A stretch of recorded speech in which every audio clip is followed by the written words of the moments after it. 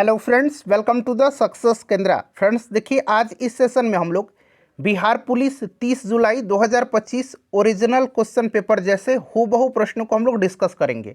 Friends बड़ा ही important session है और निश्चित रूप से यहाँ से प्रश्न आपके पेपर में देखने को मिलेंगे। तो जिनका भी अभी एग्ज़ाम बिहार पुलिस का 30 जुलाई 2025 को होना है, वो लोग ध्यानपूर्वक इस सेशन को पूरा देखिएगा। तो चलिए स्टार्ट करते हैं। फ्रेंड्स एक बार सभी लोग प्लीज़ पहले सेशन को लाइक कर दीजिए और जब इसको कंप्लीट देख लीजिएगा तो इसे कम से कम एक ग्रुप में फ्रेंड्स अवश्य ही शेयर कर दीजिएगा। तो चलिए शुरू करते हैं। आज के सेशन का पहला प्रश्न पढ़ेंगे।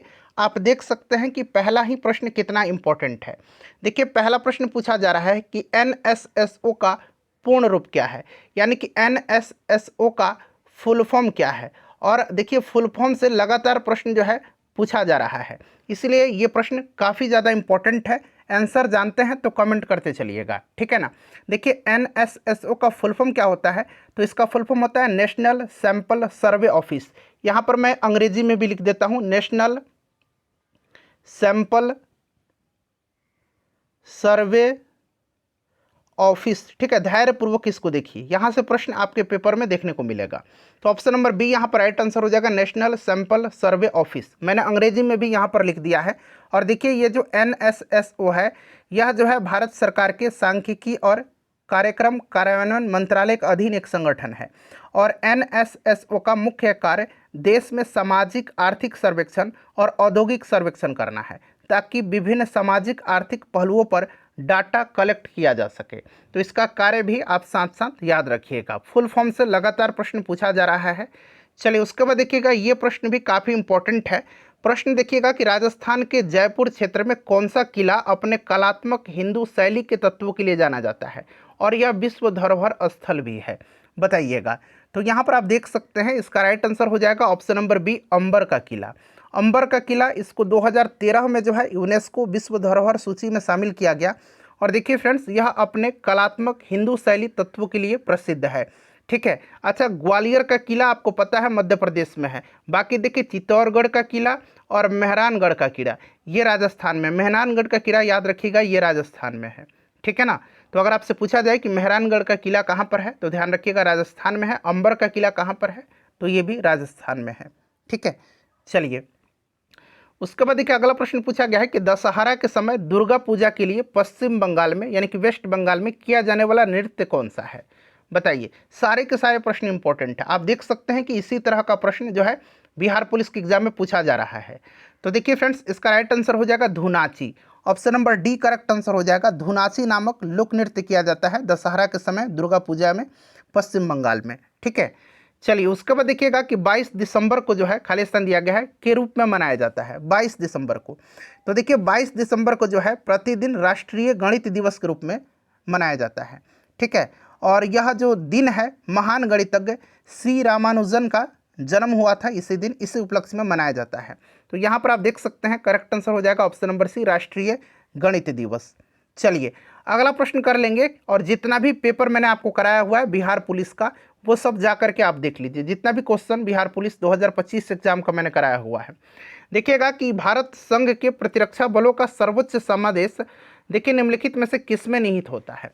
तो ये सिंपल सा क्वेश्चन है, आपको पता है कि ये आपका राष्ट्रपति में निहित होता है, ठीक है ना, भारत के राष्ट्रपति में। तो यहाँ पर आप देख सकते हैं राइट आंसर हो जाएगा राष्ट्रपति। राष्ट्रपति जो होता है ये तीनों सेनाओं का सर्वोच्च कमांडर होता है, ठीक है। चलिए उसके बाद देख लीजिएगा कि भारत के संविधान में आरंभ के समय में कितने अनुच्छेद थे।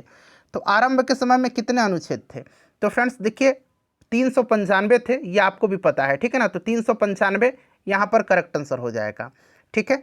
चलिए उसके बाद देखिएगा कि दूसरा गोलमेज सम्मेलन कब हुआ था। दूसरा गोलमेज सम्मेलन, अच्छा देखिए, पहला गोलमेज सम्मेलन कब हुआ था, तो 1930 में हुआ था, ध्यान रखिएगा 1930 में।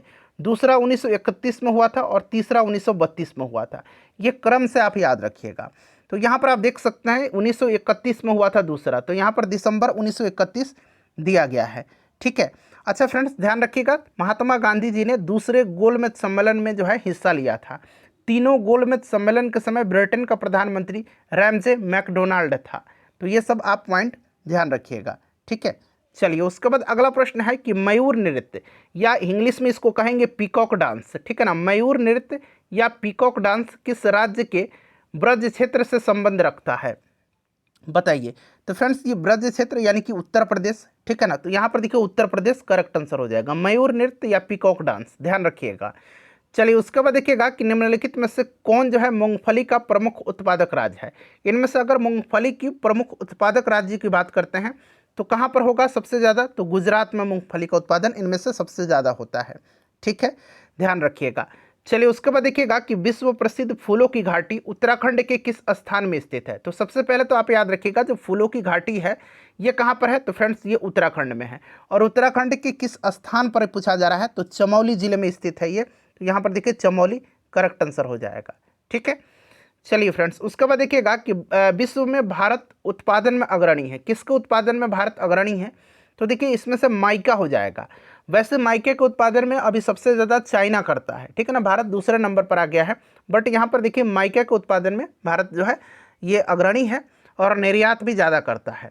चलिए उसके बाद देखिए धुआंधार जलप्रपात जो है ये किस नदी पर है, धुआंधार जलप्रपात, तो देखिए धुआंधार जलप्रपात जो है ना ये कहाँ पर है, तो फ्रेंड्स आपको ध्यान रखना है ये आपका नर्मदा नदी पर है, ठीक है ना, नर्मदा नदी पर है धुआंधार जलप्रपात, ध्यान रखिएगा काफ़ी इंपॉर्टेंट है। चलिए उसके बाद देखिए पूछा गया है कि नाथुला दर्रा भारत को जोड़ता है, नाथुला दर्रा जो है ये कहाँ पर है, तो नाथुला और जलेजपला ये सिक्किम में है, ठीक है ना, नाथुला दर्रा और एक इस तरह सा है जलेजपला दर्रा, इस तरह से जलेजपला, ठीक है ना, जलेजपला दर्रा ये कहाँ पर है, तो ये सिक्किम में दोनों पड़ते हैं। तो नाथुला दर्रा जो है ये भारत को जोड़ता है किसके साथ, तो ये भारत को तिब्बत से जोड़ता है, और तिब्बत जो है ये चाइना के कंट्रोल में है, तो यहाँ पर देख सकते हैं चीन दिया गया है, ठीक है। अच्छा ये ITBP आपने तिब्बत की बात आई हुई है, तो देख लीजिए प्रश्न यहाँ से भी पूछा जा रहा है, पिछले बार पूछा गया था कि SSB यानी कि जो सशस्त्र सीमा बल है वो भारत के जो किस पड़ोसी देश की जो है सीमा की रक्षा के लिए जिम्मेदार होता है, तो SSB भूटान और नेपाल के साथ, और ITBP पूछेगा तो ये भारत और चीन के साथ, ठीक है ना, तो जो चीन का जो तिब्बत क्षेत्र है उसी के साथ, तो ध्यान रखिएगा। चलिए उसके बाद देखिएगा कि प्रथम संवैधानिक संशोधन अधिनियम यानी कि प्रथम संविधान संशोधन अधिनियम 1951 संबंधित है, पहला संविधान संशोधन हुआ था 1951 में, इसे भी आप ध्यान रखिएगा। तो फ्रेंड्स इसके द्वारा जो है संविधान में 9वीं अनुसूची जोड़ी गई थी तथा कुछ राज्यों की भूमि जो है भूमि सुधार कानून को रखा गया था, तो यहाँ पर इसका correct answer option number C हो जाएगा, कुछ राज्यों की कृषि भूमि सुधार से, और 9वीं अनुसूची जोड़ा गया था, ठीक है ना, 9वीं अनुसूची, 9th हिंदी में भी मैंने लिख दिया है। चलिए उसके बाद देखिएगा उच्च न्यायालय के न्यायाधीश की अवकाश की आयु क्या है, उच्च न्यायालय यानी कि हाई कोर्ट की बात किया जा रहा है, तो देखिए उच्च न्यायालय की जो न्यायाधीश है उनका 62 वर्ष है, ठीक है ना, और जबकि उच्चतम न्यायालय अगर पूछेगा तो उच्चतम न्यायालय में 65 वर्ष, यहाँ पर 62 दिया गया उच्च न्यायालय। चलिए उसके बाद देखिएगा कि भारत को गणतंत्र क्यों कहा जाता है, देखिए भारत को गणतंत्र क्यों कहा जाता है, तो देखिए भारत एक गणतंत्र है तथा इस गणतंत्र का प्रमुख राष्ट्रपति होता है, ठीक है, तो यहाँ पर करेक्ट आंसर हो जाएगा, यहाँ राज्य का प्रमुख निर्धारित अवधि के लिए चुना जाता है जो राष्ट्रपति होता है, ठीक है ना, 5 वर्ष के लिए चुना जाता है, ठीक है। चलिए उसके बाद देखिएगा कि भारतीय राष्ट्रीय तिरंगा में अशोक चक्र में कितनी आराएँ हैं यानी कि कितनी तीलियाँ हैं, बताइएगा। तो फ्रेंड्स यहाँ पर अगर हम बात करते हैं तो 24 होता है, आपको भी पता है 24 राइट आंसर हो जाएगा ऑप्शन नंबर C, ठीक है। नेक्स्ट क्वेश्चन करेंगे कि भारत में 12वीं पंचवर्षीय योजना की अवधि निम्न में से क्या थी, 12वीं पंचवर्षीय योजना, और ये अंतिम पंचवर्षीय योजना भी थी, 2012 से लेकर के 2017 तक की कार्य अवधि रहा था इसका, ठीक है। चलिए उसके बाद देखिए हर्षवर्धन का शासनकाल लगभग खालिस्तान दिया गया कि अवधि तक थी हर्षवर्धन, बताइए। तो फ्रेंड्स करीब जो है ये 40 से 41 वर्षों तक सत्ता पर ये काबिज रहा था, तो यहाँ पर 40 राइट आंसर हो जाएगा, ठीक है, इसको ध्यान रखिएगा। चलिए उसके बाद देखिएगा कि लोकसभा की पहली महिला स्पीकर कौन थी, लोकसभा की पहली महिला स्पीकर, तो फ्रेंड्स ये मीरा कुमार हैं, ठीक है ना, ऑप्शन नंबर यहाँ पर D राइट आंसर हो जाएगा मीरा कुमार, इसको ध्यान रखिएगा, ठीक है। और ये 15वीं लोकसभा की स्पीकर रही थी, तो आप लोकसभा का क्रम भी याद रखिएगा। चलिए उसके बाद देखिएगा कि मगध में मौर्य साम्राज्य के तात्कालिक उत्तराधिकारी कौन थे, मगध में मौर्य साम्राज्य के तात्कालिक उत्तराधिकारी कौन थे, बताइए। तो फ्रेंड्स यहाँ पर देखिएगा तो देखिए अंतिम मौर्य शासक बृहद्रथ था, उसकी हत्या पुष्यमित्र शुंग ने कर दिया और शुंग वंश की नींव रखी थी मगध पर, तो यहाँ पर शुंग हो जाएगा। देखिए मगध में मौर्य वंश के तत्कालिक उत्तराधिकारी, मतलब मगध में जो है आपका मौर्य वंश के बाद, तो मौर्य वंश के बाद जो है पुष्यमित्र शुंग ने शुंग वंश की स्थापना किया था, मौर्य वंश के आखिरी शासक बृहद्रथ की हत्या करके। ठीक है, तो इसे भी आप ध्यान रखिएगा। अच्छा, जोहान गुटेनबर्ग के द्वारा पहली मुद्रित पुस्तक कौन सी थी? तो पहली मुद्रित पुस्तक जो थी ये बाइबल थी। ठीक है ना, गुटेनबर्ग प्रिंटिंग प्रेस के आविष्कारक के रूप में जाने जाते हैं, तो ये भी ध्यान रखिएगा, बाइबल करेक्ट आंसर हो जाएगा। उसके बाद देखिए, भारतीय संविधान के निम्न में से किस संशोधन के द्वारा दिल्ली को राष्ट्रीय राजधानी क्षेत्र का दर्जा दिया गया? काफ़ी इंपॉर्टेंट क्वेश्चन है ये। ठीक है फ्रेंड्स, तो यहाँ पर ध्यान दीजिएगा, राइट आंसर आपका 69वां संविधान संशोधन अधिनियम के द्वारा दिया गया था। ठीक है ना, आपको ध्यान रखना है 69वां संविधान संशोधन अधिनियम, तो 69th हो जाएगा। ठीक है, तो यहाँ पर देखिएगा 69वां, काफ़ी इंपॉर्टेंट है। चलिए उसके बाद देखिएगा कि जाकिर हुसैन निम्न में से कौन सा वाद्य यंत्र बजाते हैं? जाकिर हुसैन, तो जाकिर हुसैन कौन से वाद्य यंत्र से संबंधित हैं? तो फ्रेंड्स ये तबला वादन से संबंधित है। ठीक है, तबला वादन से। हरिप्रसाद चौरसिया पूछा गया था, तो ये बांसुरी वादन से संबंधित है। ठीक है, बिस्मिल्लाह खां की अगर बात करते हैं तो बिस्मिल्लाह खां आप बताइएगा कि कौन से वाद्य यंत्र से संबंधित है, कमेंट करके आप बताइए। ठीक है, चलिए देखिएगा कि 1930 में प्रथम राष्ट्रमंडल खेलों यानी कि कॉमनवेल्थ गेम्स का आयोजन कहाँ हुआ था? तो 1930 में पहला राष्ट्रमंडल खेल का आयोजन हुआ था कनाडा के हैमिल्टन में। ठीक है ना, कनाडा के हैमिल्टन यहाँ पर राइट आंसर हो जाएगा, तो कनाडा यहाँ पर राइट आंसर हो जाएगा। ठीक है, अच्छा अगर आपसे पूछा जाएगा कि भारत ने जो है कॉमनवेल्थ गेम का आयोजन कब किया था? भारत ने कॉमनवेल्थ गेम का आयोजन कब किया था? तो कॉमनवेल्थ गेम का आयोजन किया था, आपको याद होगा दिल्ली में। कब? तो ये 2010 में किया था ना, 2010 में किया था। ठीक है, तो इसे भी आप ध्यान रखिएगा। चलिए उसके बाद नेक्स्ट क्वेश्चन है कि टीपू सुल्तान शासक थे? टीपू सुल्तान बताइए, तो करेक्ट आंसर क्या हो जाएगा? टीपू सुल्तान, तो टीपू सुल्तान जो था ना ये कहाँ का शासक था? तो फ्रेंड्स ये टीपू सुल्तान जो शासक था ये मैसूर का था, तो option number C correct answer हो जाएगा। शेरे मैसूर के नाम से भी इसको जाना जाता है। ठीक है, इसको आप ध्यान रखिएगा। चलिए, और 1799 में जो है ना, याद होगा आपको कि जो आपका चतुर्थ आंग्ल मैसूर युद्ध था उसमें ये मारा गया था। चलिए उसके बाद अगला प्रश्न कर लेंगे। नेक्स्ट क्वेश्चन हमारा कि धाप एक लोक नृत्य है। देखिए धाप जो है एक लोक नृत्य है जो खाली स्थान दिया गया कि कंधा जनजाति के द्वारा किया जाता है, और इस तरह से एक प्रश्न पूछा भी गया था, किसी जनजाति का नाम देकर के और नृत्य का नाम देकर के पूछा गया था। तो देखिए सेम उसी पैटर्न पर आज हम प्रश्न को कर रहे हैं। देखिए धाप एक लोक नृत्य है जो कि कहाँ की कंधा जनजाति के द्वारा किया जाता है। तो ध्यान रखिएगा फ्रेंड्स, ये आपका उड़ीसा राज्य की जो कंधा जनजाति है, कंध या कंधा दोनों याद रखिएगा, उड़ीसा राइट आंसर हो जाएगा। उसके बाद देखिएगा कि महात्मा गांधी ने असहयोग आंदोलन कब शुरू किया, जो देशव्यापी पैमाने पर आयोजित पहला जन आंदोलन था। असहयोग आंदोलन इन्होंने जो है 1920 में किया था, आपको याद होगा 1 अगस्त 1920 को स्टार्ट किया था, तो राइट आंसर यहाँ पर हो जाएगा ऑप्शन नंबर बी, अगस्त 1920 में।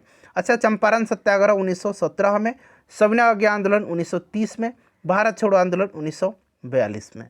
ठीक है, चलिए उसके बाद देखिए निम्नलिखित में से कौन सा देश G4 राष्ट्रों में से एक है। अब देखिए G7 आपने सुना होगा, G20 सुना होगा, बट यहाँ पर G4 की हम बात कर रहे हैं। देखिए G4 की अगर बात करते हैं तो G4 में ब्राज़ील, जर्मनी, भारत और जापान है। ठीक है ना, एक आपका ब्राज़ील हो गया, यहाँ ही लिख देता हूँ मैं भारत। ठीक है, उसके बाद आपका जापान और जर्मनी है G4 में, ये 4 देश हैं। और ये G4 इसलिए बनाया गया है ताकि संयुक्त राष्ट्र सुरक्षा परिषद में अस्थायी सदस्यता के लिए ये देश एक दूसरे का समर्थन करें। ठीक है ना, तो यहाँ पर ब्राज़ील हो जाएगा G4 का एक मेंबर है।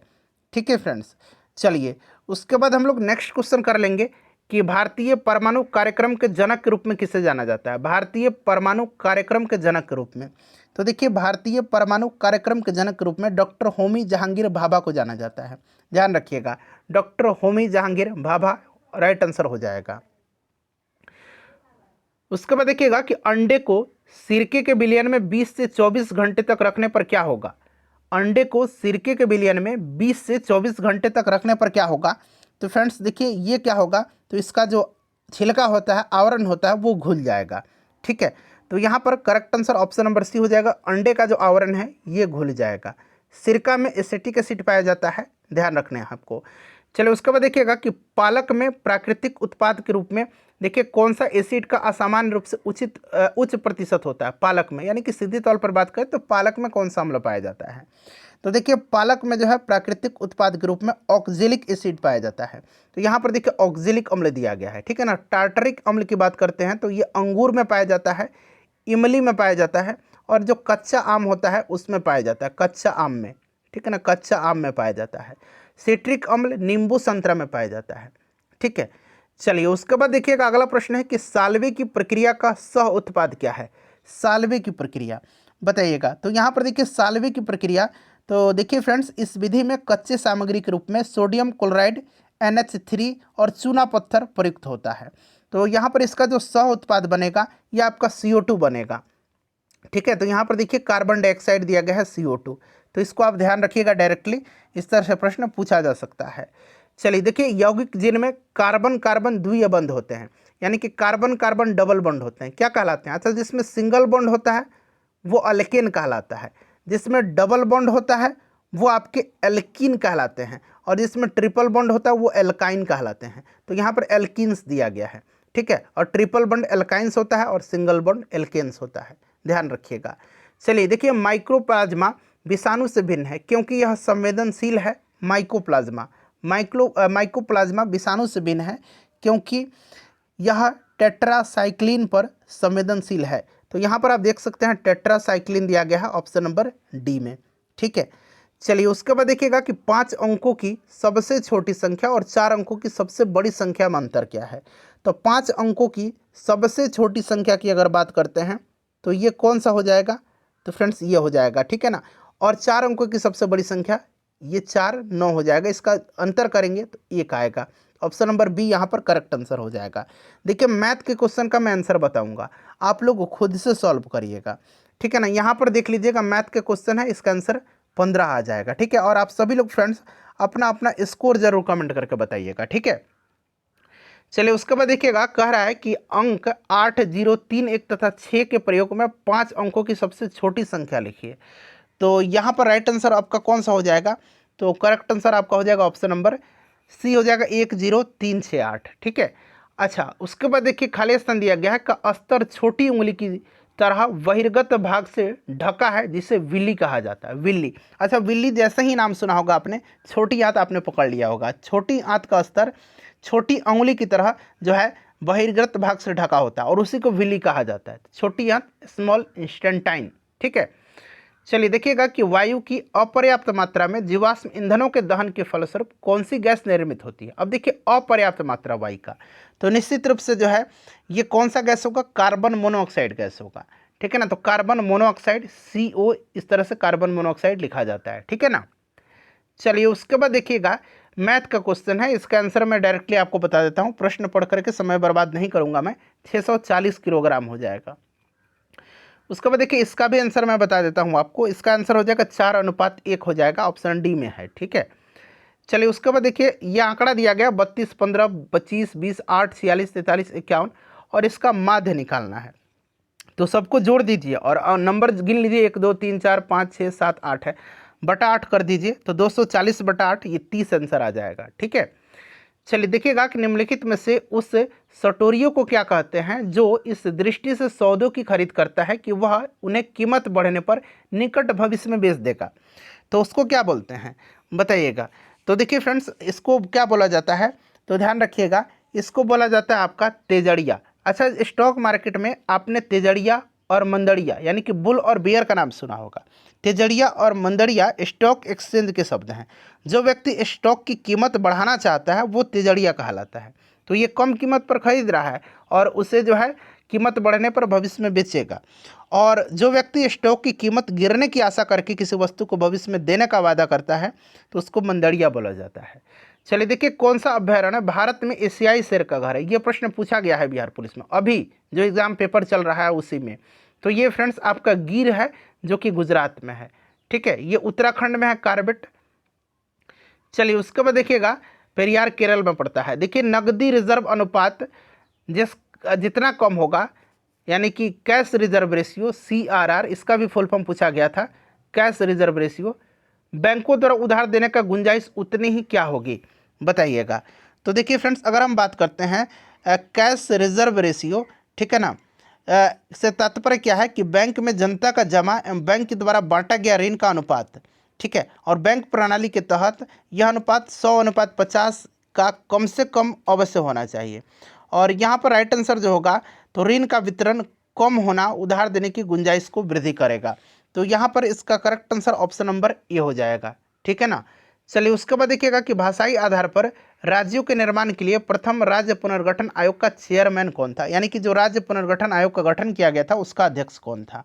सीधे से बात है, देखिए 1953 में जो है भाषाई आधार पर राज्यों के पुनर्गठन के लिए जो है एक आयोग बनाया गया था, राज्य पुनर्गठन आयोग, और इसका अध्यक्ष जो है फजल अली थे, ठीक है ना, फजल अली। और इस आयोग की सिफारिश से 1956 में जो है भारतीय राज्यों का पुनर्गठन करके 14 राज्य और 6 केंद्र शासित प्रदेश में उसका गठन किया गया था। तो फजल अली यहाँ पर राइट आंसर हो जाएंगे, ठीक है ना। तो एक फजल अली तो अध्यक्ष थे और इसमें 2 अन्य सदस्य भी थे। सदस्य का नाम है HN कुंजरू और KM पनिकर, ठीक है। तो ये 2 नाम और आप ध्यान रखिएगा। चलिए उसके बाद देखिएगा कि भारत के गवर्नर जनरल को अध्यादेश जारी करने का अधिकार किस अधिनियम के द्वारा प्रदान किया गया। भारत के गवर्नर जनरल को अध्यादेश जारी करने का अधिकार किस अधिनियम के द्वारा जो है प्रदान किया गया। तो फ्रेंड्स ये प्रदान किया गया था 1861 के, ठीक है ना। तो यहाँ पर करेक्ट आंसर जो होगा आपका 1800, एक मिनट रुक जाइए, हाँ 1861 भारत परिषद अधिनियम, ऑप्शन नंबर यहाँ पर बी करेक्ट आंसर हो जाएगा, ठीक है। चलिए उसके बाद अगला प्रश्न है हमारा कि भारत की प्रथम हिंदी साहित्यिक पत्रिका की स्थापना किसके द्वारा किया गया था। तो ये किया गया था भारतेंदु हरिश्चंद्र जी के द्वारा, ठीक है ना, भारतेंदु हरिश्चंद्र जी के द्वारा। और इन्हें हिंदी साहित्य का पितामह भी कहा जाता है, तो इसे भी आप ध्यान रखिएगा, ठीक है। तो यहाँ पर देखिएगा आप भारतेंदु हरिश्चंद्र। चलिए उसके बाद देखिए दक्षिण अफ्रीका में किम्बरले किसके लिए फेमस है, किसके लिए प्रसिद्ध है किम्बरले। तो किम्बरले जो है ना, आपको पता है कि हीरा की खान के लिए प्रसिद्ध है, ठीक है, हीरा की खान के लिए काफ़ी इंपॉर्टेंट है किम्बरले। तो यहाँ पर आप देख सकते हैं हीरो की खानों के लिए, तो ऑप्शन नंबर यहाँ पर आपका कौन सा करेक्ट हो जाएगा। तो देखिए ऑप्शन नंबर यहाँ पर डी करेक्ट आंसर हो जाएगा, ठीक है फ्रेंड्स। चलिए मेनली ये हीरे के लिए है, बट यहाँ पर सोना का भी खान पाया जाता है, दुनिया का सबसे बड़ा हीरा का खान है ये। उसके बाद देखिए निम्नलिखित में से बुद्ध का समकालीन कौन था। भगवान बुद्ध के समकालीन इसमें से पूछा गया है, भगवान बुद्ध का समकालीन। तो यहाँ पर आप देख सकते हैं भगवान बुद्ध के समकालीन जो थे ना, ये आपके चीन के दार्शनिक और विद्वान कन्फ्यूशियस थे, कन्फ्यूशियस, ठीक है ना, कन्फ्यूशियस थे। तो राइट आंसर यहाँ पर कन्फ्यूशियस हो जाएगा। उसके बाद देखिएगा कि हमारे राष्ट्रीय झंडे के मध्य में बने धर्म चक्र का रंग क्या है। धर्म चक्र का रंग क्या है, 24 तीलियाँ होती हैं, ठीक है, 24 आरे मैंने अभी बताया है, और इसका रंग नीला होता है, ठीक है ना, ब्लू होता है, नेवी ब्लू। तो यहाँ पर आप देख सकते हैं नेवी ब्लू होता है।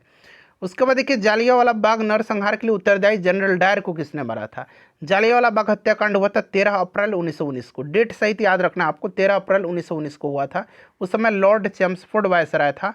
और देखिए जालियांवाला बाग नरसंहार के लिए जो उत्तरदायी माइकल ओ डायर था, इसकी हत्या उधम सिंह ने किया था, ठीक है ना, किसने किया था, उधम सिंह ने जो है 13 मार्च 1940 को लंदन में जाकर के जनरल ओ डायर को गोली मारा था। तो यहाँ पर उधम सिंह करेक्ट आंसर हो जाएगा। उसके बाद देखिएगा कि भारत के किस क्षेत्र में चूड़ी उद्योग स्थापित है। तो फिरोजाबाद, ठीक है, याद रखिएगा, उत्तर प्रदेश की फिरोजाबाद में है। चलिए तो यहाँ पर आपका फिरोजाबाद हो जाएगा। चलिए उसके बाद देखिएगा कि पक्षियों के अध्ययन के विज्ञान को क्या कहते हैं। देखिए पक्षियों के अध्ययन के विज्ञान को ऑर्निथोलॉजी कहा जाता है, ठीक है ना, याद रखिएगा ऑर्निथोलॉजी कहा जाता है, काफ़ी इंपॉर्टेंट है, ऑर्निथोलॉजी कहा जाता है, ठीक है। अच्छा यहाँ पर देखिएगा ऑन्कोलॉजी कहा जाता है, कैंसर का अध्ययन ऑन्कोलॉजी कहलाता है, ठीक है। मनुष्य का अध्ययन एंथ्रोपोलॉजी कहलाता है, मनुष्य का अध्ययन। स्वप्नों का अध्ययन स्वप्नोलॉजी कहलाता है। चलिए उसके बाद देखिएगा प्रसिद्ध बिग बैंग थ्योरी किस मुख्य सिद्धांत पर आधारित है। ये प्रश्न पूछा गया है बिहार पुलिस के एग्जाम में, ठीक है ना, इसी बार पूछा गया है।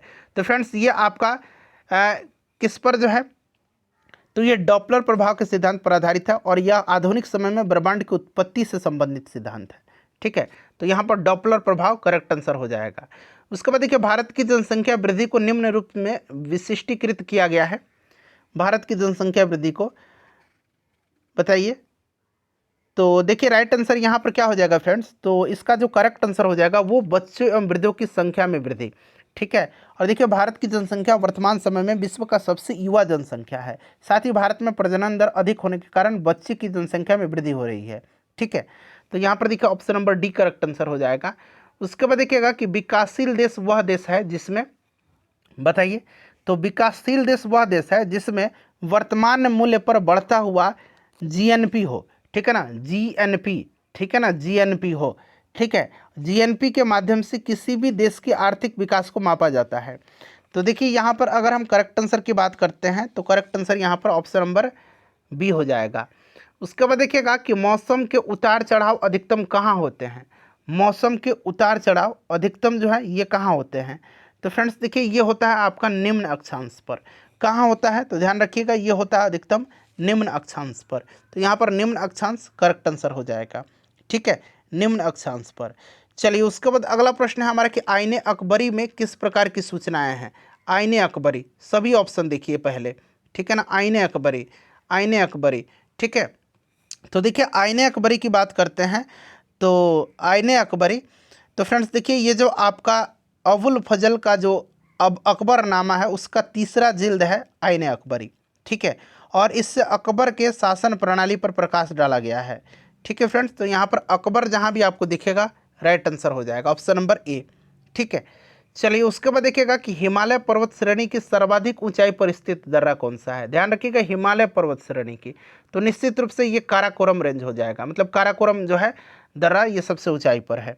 ठीक है, चलिए उसके बाद देखिएगा नेक्स्ट क्वेश्चन है हमारा कि गौतम बुद्ध द्वारा भिक्षुणी संघ की स्थापना कहाँ की गई। गौतम बुद्ध के द्वारा भिक्षुणी संघ की स्थापना कहाँ किया गया, ये पूछा जा रहा है।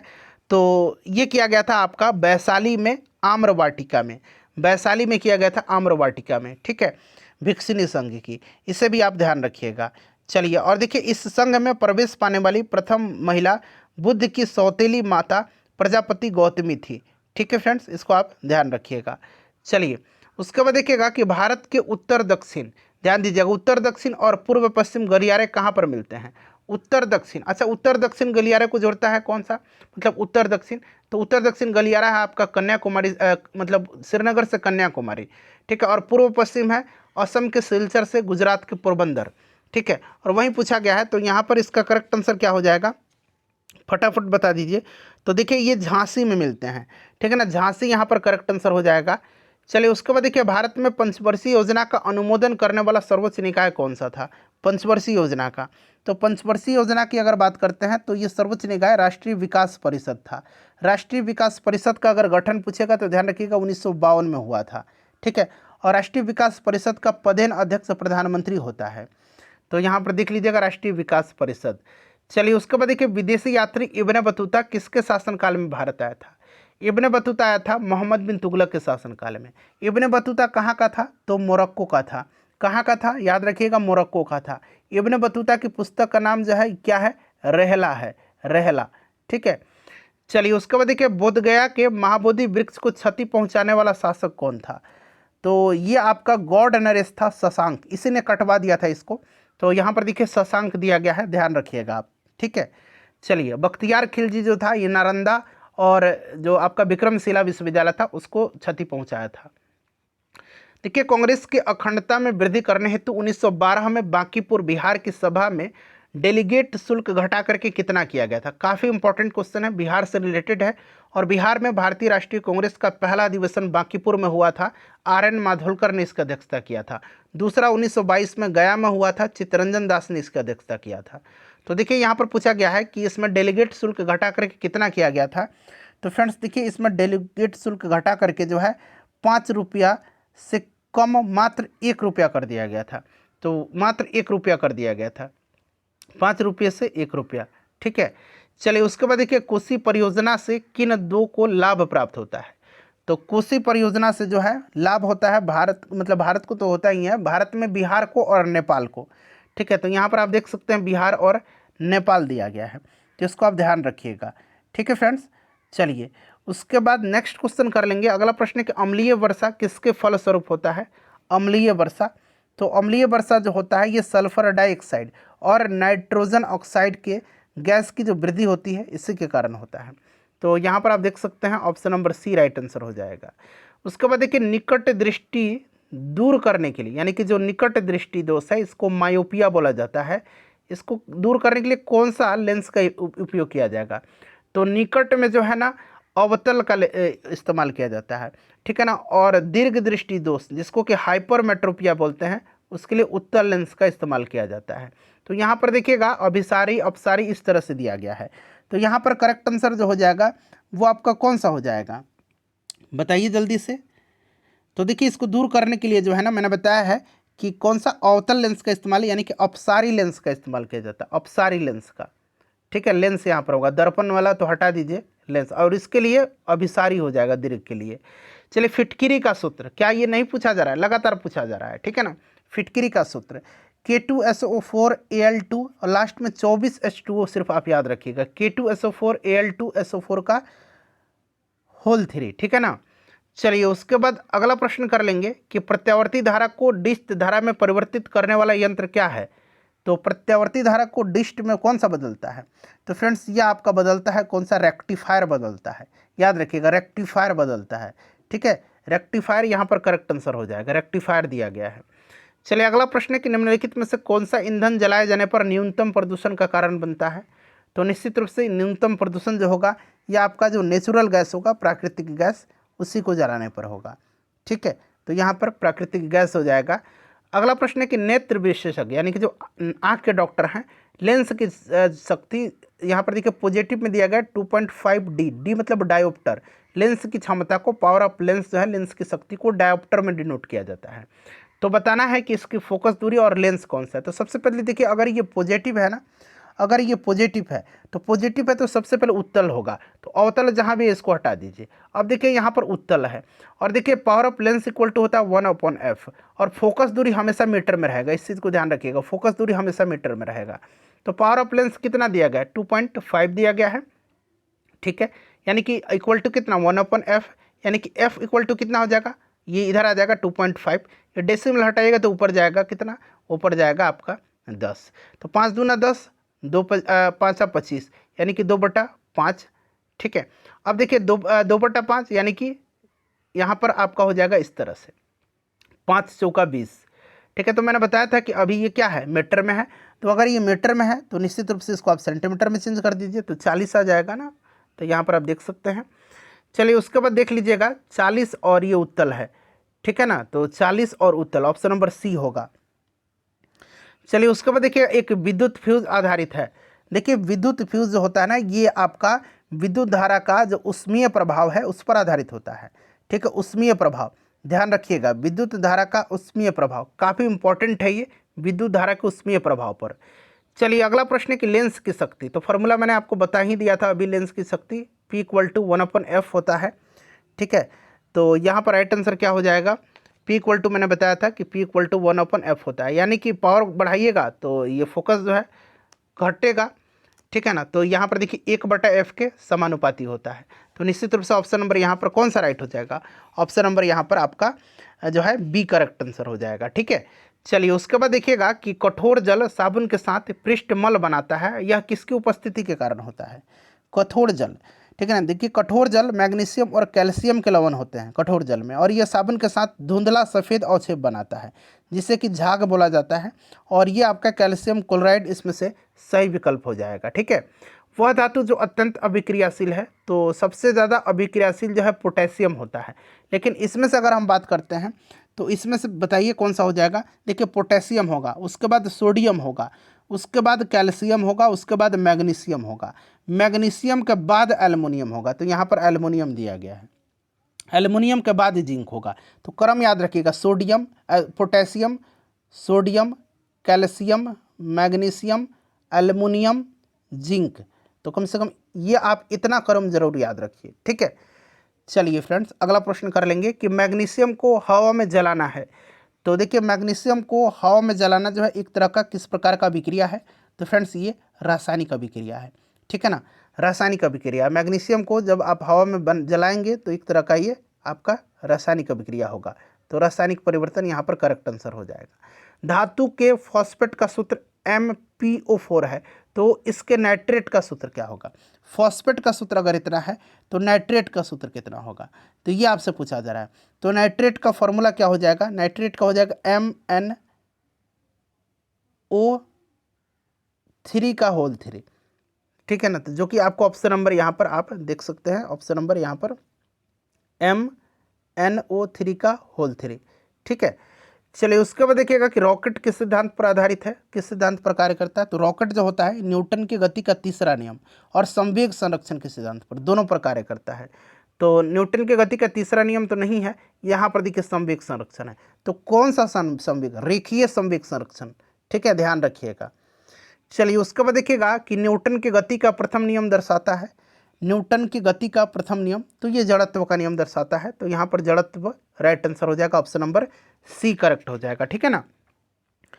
चलिए उसके बाद देख लीजिएगा कि दो पासे एक साथ फेंके जाते हैं तो दोनों आए अंकों के गुणनफल 7 आने की प्रायिकता कितनी हो सकती है। तो यहाँ पर 1/6 कहीं पर दिया गया, ऑप्शन नंबर बी होगा इसका आंसर। चलिए देखिए 7 से विभाज्य 100 धनात्मक संख्याओं का योगफल क्या होगा। फ्रेंड्स आप सभी लोग अपना अपना स्कोर जरूर कमेंट करके बताइएगा, ठीक है ना।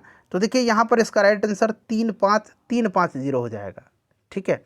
चलिए उसके बाद देखिएगा नेक्स्ट क्वेश्चन है यहाँ पर, अगला प्रश्न देखिएगा कि दक्षिणी गोलार्ध में व्यापारिक पवनों की बहने की दिशा क्या है।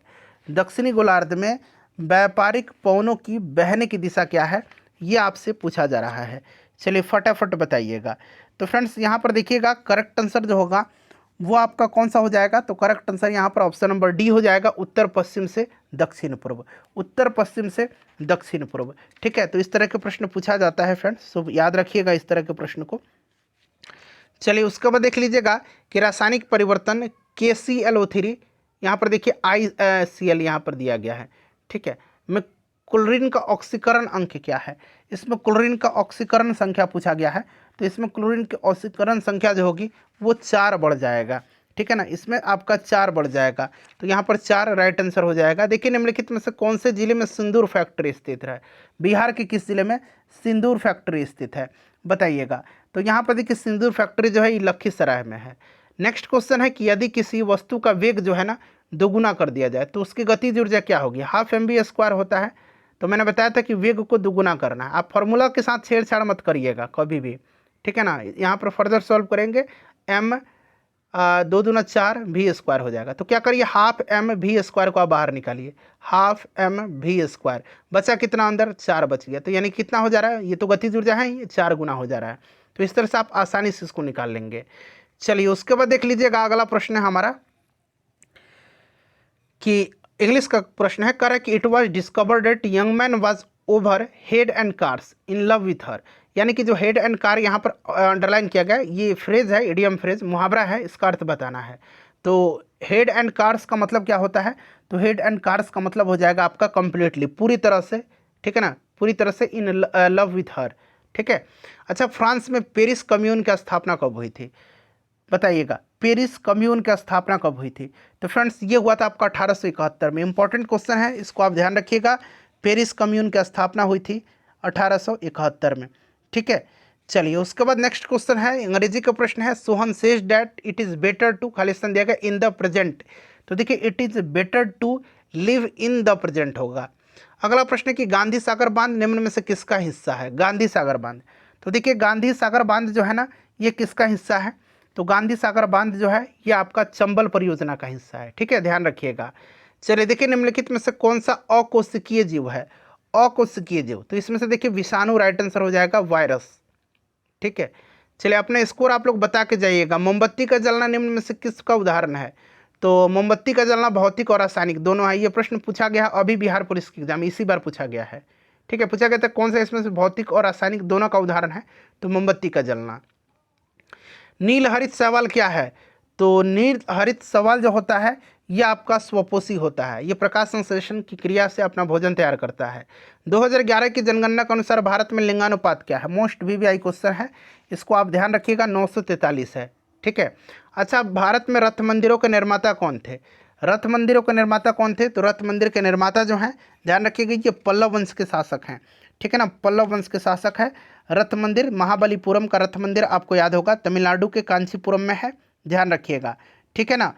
चलिए और रथ मंदिरों की संख्या कितनी है? 7 है। चलिए उसके बाद अगला प्रश्न कर लेंगे, नेक्स्ट क्वेश्चन तो पल्ला हो जाएगा, इंटरनेशनल नर्स डे कब मनाया जाता है? वीवीआई क्वेश्चन है, इंटरनेशनल नर्स डे कब मनाया जाता है? तो आपको याद रखना है फ्रेंड्स, ये 12 मई के दिन प्रत्येक वर्ष मनाया जाता है, ठीक है, फ्लोरेंस नाइटिंगेल के जन्मदिन पर।